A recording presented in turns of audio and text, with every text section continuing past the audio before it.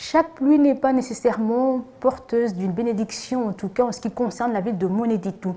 Le chef-lieu de la Lomami traverse une période critique avec des pluies qui s'abattent chaque jour et qui a pour conséquence l'écroulement de plusieurs maisons, l'impraticabilité des routes due au manque de canalisation d'eau, ainsi que le sabotage des travaux d'entretien routier exécutés par les cantonniers.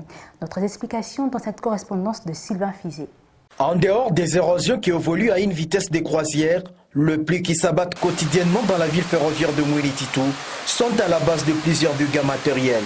D'une part, ce sont les maisons dont la plupart sont construites à l'aide de briques adobe qui s'écroulent, à la plus grande désolation des propriétaires qui ont du mal à s'y trouver de nouvelles habitations.